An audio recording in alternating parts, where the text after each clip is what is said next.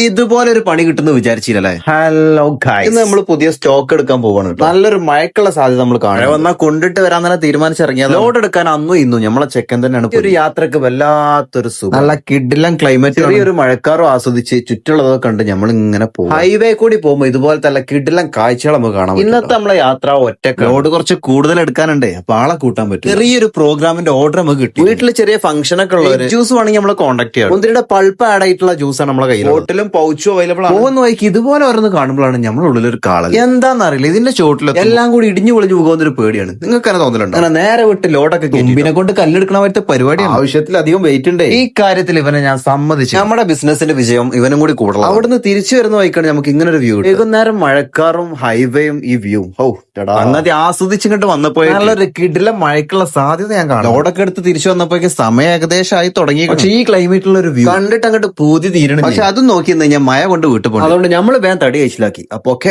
By.